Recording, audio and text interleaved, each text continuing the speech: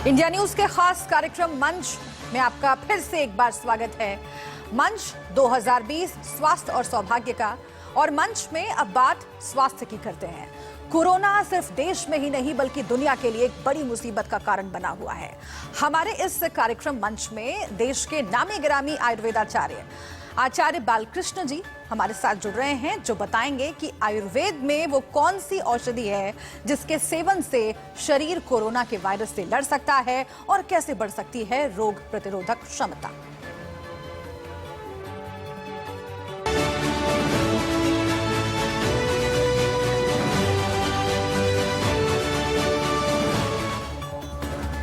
तो योग और आयुर्वेद हमारी जीवन पद्धति का हिस्सा है और इसीलिए बातचीत करने के लिए आचार्य बालकृष्ण हमारे साथ जुड़ चुके हैं। हम सीधा उनका रुख कर लेते हैं।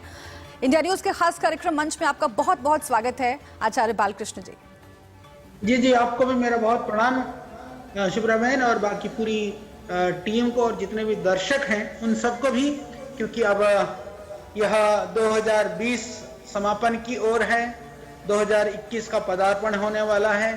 तो पहले से ही सब दर्शकों को नववर्ष की अग्रिम बहुत शुभकामनाएं।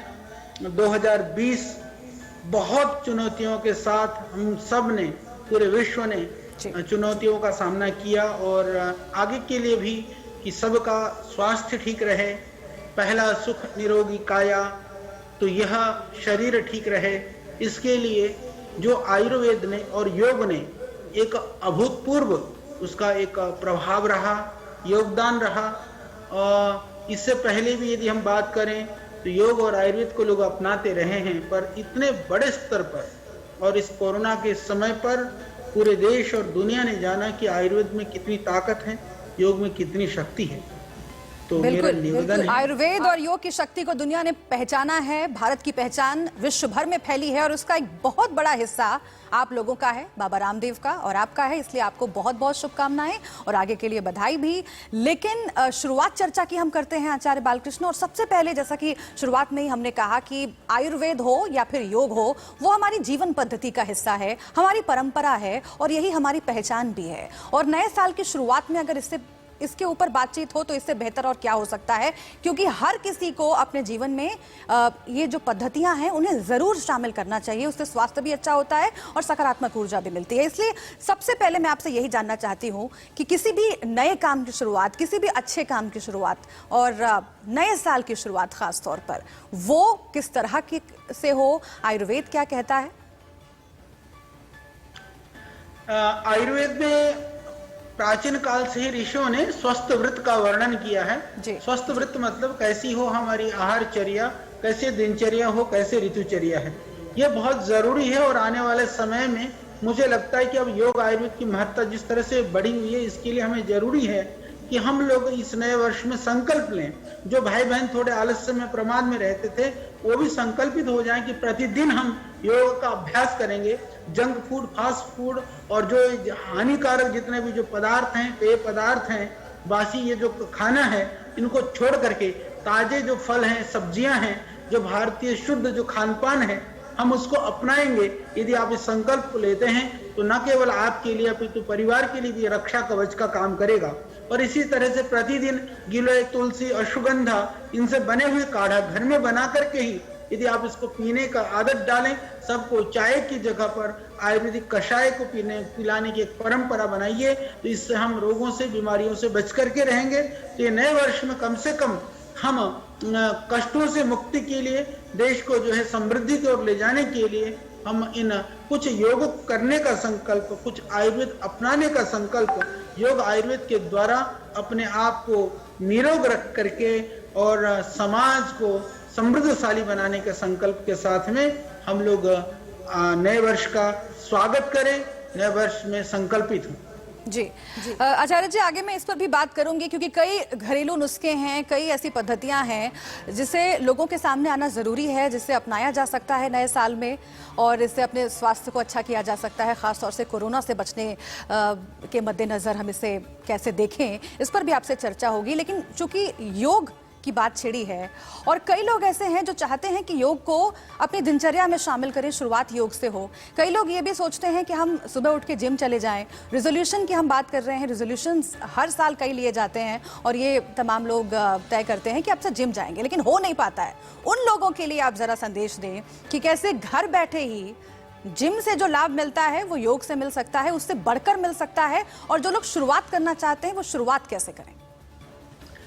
प्रारंभ में बहुत सरल है, जो अपने प्राणायाम के जो भस्त्रिका, कपालभाति, अनुलोम विलोम, भ्रामरी और उद्गीत के ये जो अभ्यास हैं बहुत सरल हैं। इनका आप डेली अभ्यास करिए। भस्त्रिका में कुछ नहीं, आपको लंबा और गहरा श्वास लेना है और छोड़ना है। जैसे आप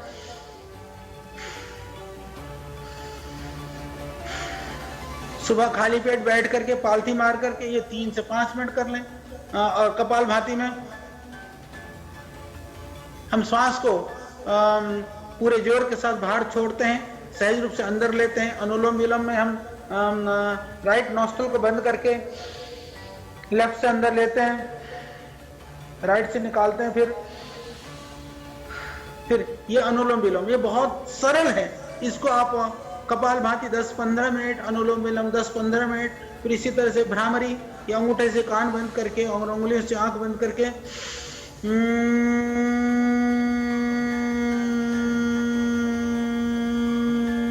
इसको करें 5-7 बार। फिर नाद का ओम, ये अभ्यास हो गया। ये प्राणायाम के रूप में या ब्रीदिंग एक्सरसाइज के रूप में आप नियमित रूप से करिए। और फिजिकल आपको और फिट रखने के लिए सूर्य नमस्कार का अभ्यास।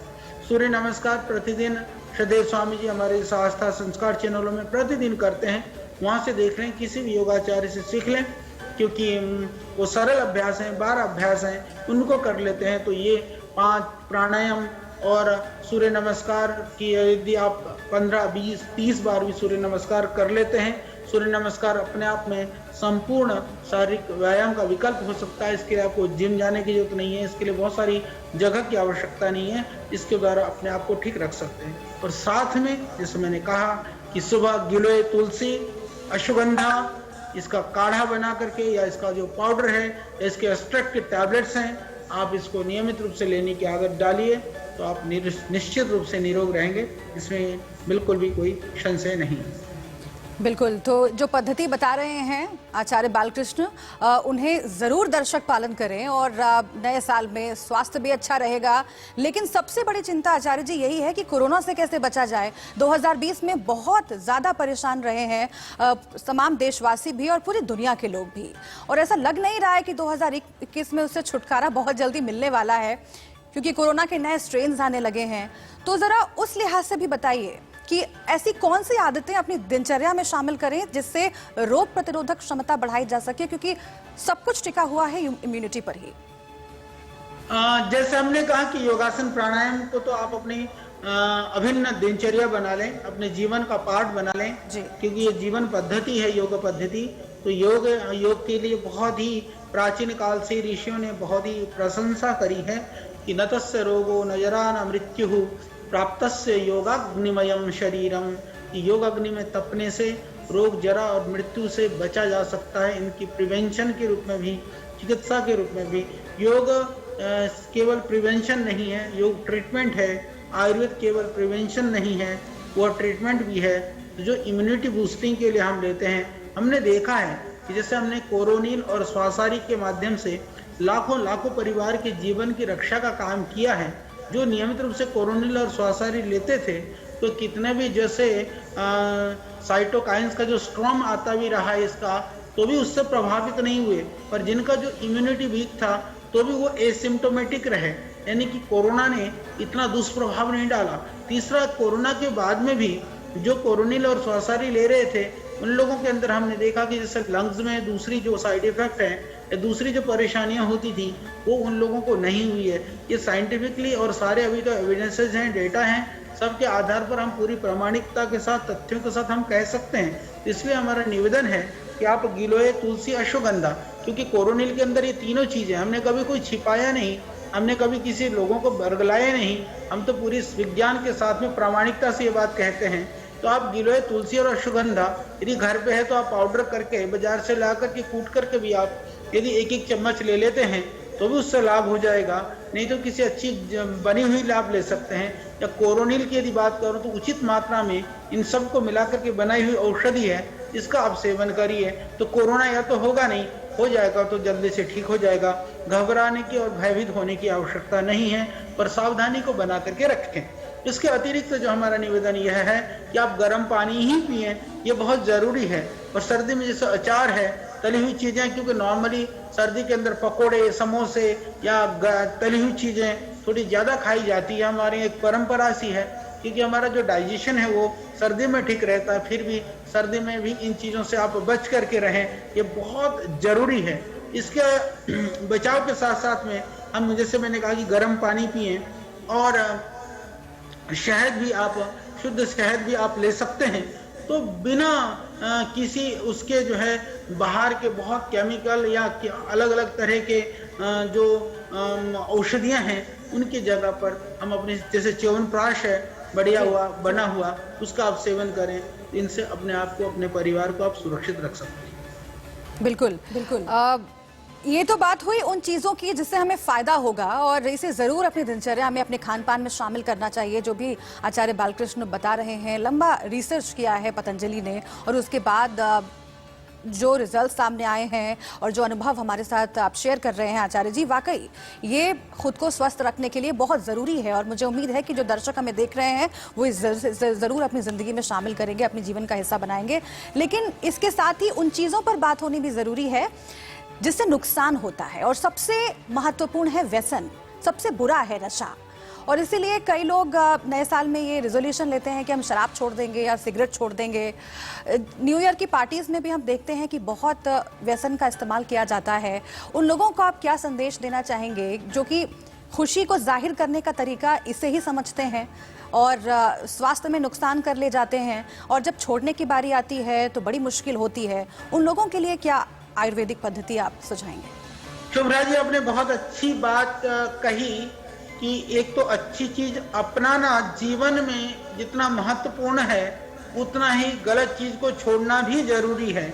और जो लोग, क्योंकि जिनको लंग्स की प्रॉब्लम रही है या जिनको रेस्पिरेटरी की कोई भी समस्या हो, उनको जो है कोरोना होने की बहुत ज़्यादा संभावना है।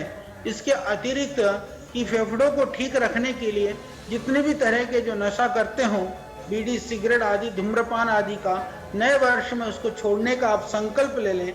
जो अल्कोहल आदि से, क्योंकि आप जानते हैं कि अभी हेपेटाइटिस सी से लेकर के फैटी लीवर से लेकर के बहुत तरह की बीमारियां अल्कोहल के सेवन से पूरी दुनिया आज परेशान और पीड़ित है।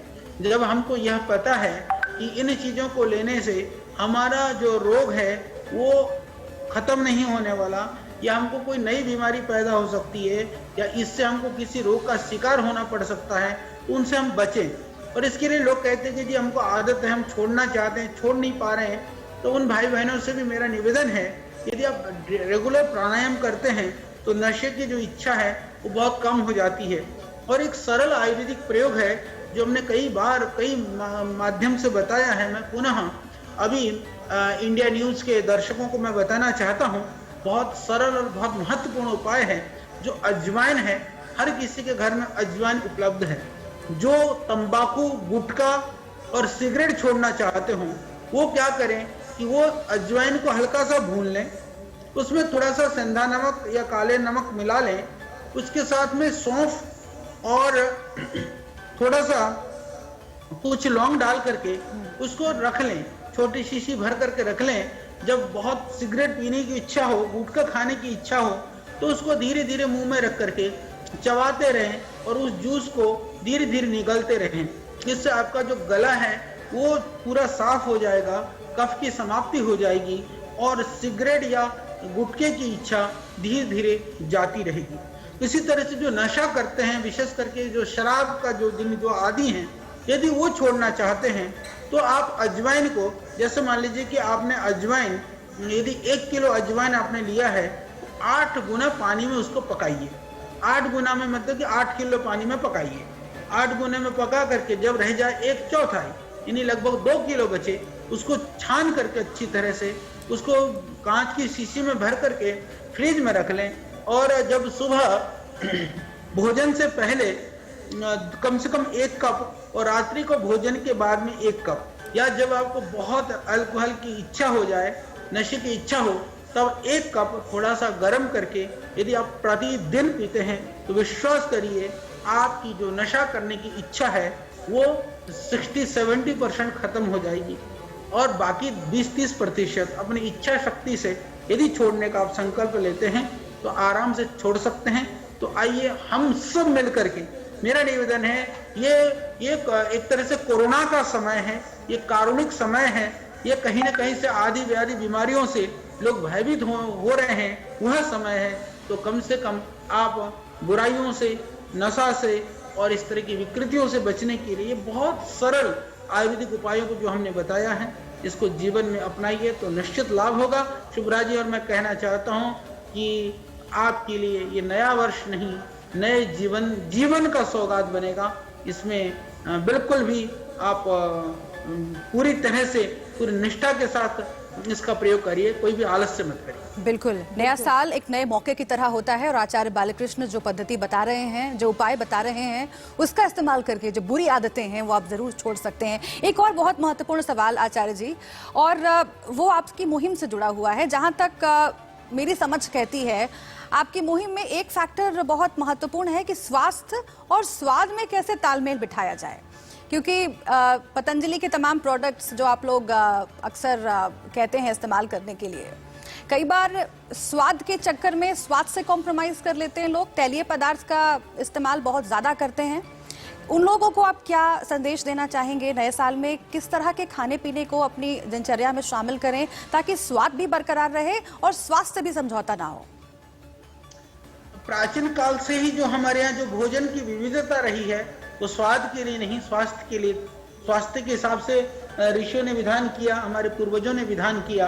और अभी भी आप देखते हैं कि जितने भी जो हम द्रव्यों को, जिनको हम मसाला कहते हैं, जो भोजन में डालते हैं, वो स्वास्थ्य की दृष्टि से बहुत लाभकारी होता है। जैसे यदि हम सावधानी से डालें, जीरा है, वो आपके लीवर को, आपके अंदर की स्वेलिंग को खत्म करता है, और उस जीरे को यदि बहुत ज्यादा भून करके मसाले को चटपटे के लिए बनाते हैं, वही लीवर को खराब करता है।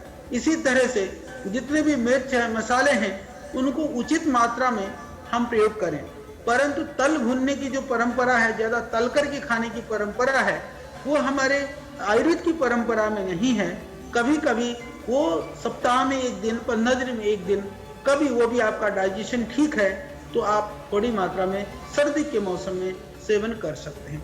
सेहत के लिए जरूरी है, जैसे आप अभी सर्दी का मौसम है तो बादाम है या अखरोट है, मुनक्का है, अंजीर है, इनका सेवन करिए। इनको भिगो करके आप ले लीजिए, इसको पीस करके ले लीजिए, ये आपके लिए बहुत लाभकारी हो सकता है। इसी तरह से बादाम पाक है, मूसली पाक है, अश्वगंधा है, इनका आप सेवन करिए।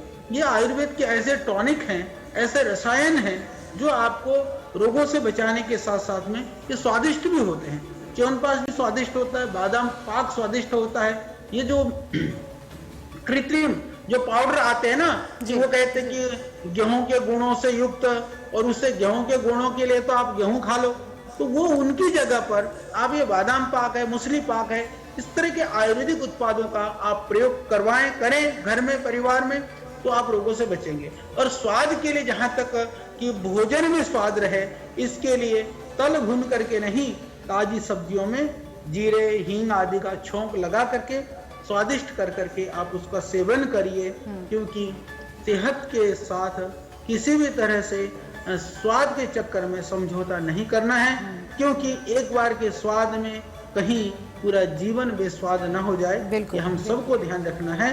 तो सर्दी में गरिष्ठ आहार का सेवन हो सकता है, सर्दी में पौष्टिक और ताकत की चीजों का सेवन हो सकता है, परंतु कब खाएं, कितनी मात्रा में खाएं, इसका ध्यान रखते हुए आप उन आहारों का सेवन करिए, मेरा यही निवेदन है। बिल्कुल, तो नए साल में ये संकल्प जरूर लें कि स्वाद के चक्कर में, जीभ के चक्कर में स्वास्थ्य समझौता बिल्कुल नहीं करें। बहुत शुक्रिया आपका आचार्य बालकृष्ण, हमसे बातचीत करने के लिए, योग और आयुर्वेद से संबंधित इतनी सारी बातें हमारे दर्शकों के सामने रखने के लिए बहुत शुक्रिया आपका। एक छोटे से ब्रेक का यहाँ पर वक्त है, लेकिन इंडिया न्यूज पर मंच लगातार जारी है। आगे भी स्वास्थ्य और सौभाग्य से जुड़े हुए तमाम खास मेहमान हमारे साथ जुड़ते रहेंगे। आप उनको उनकी बातें जरूर सुननी चाहिए, क्योंकि साल 2021 की शुरुआत अच्छी होनी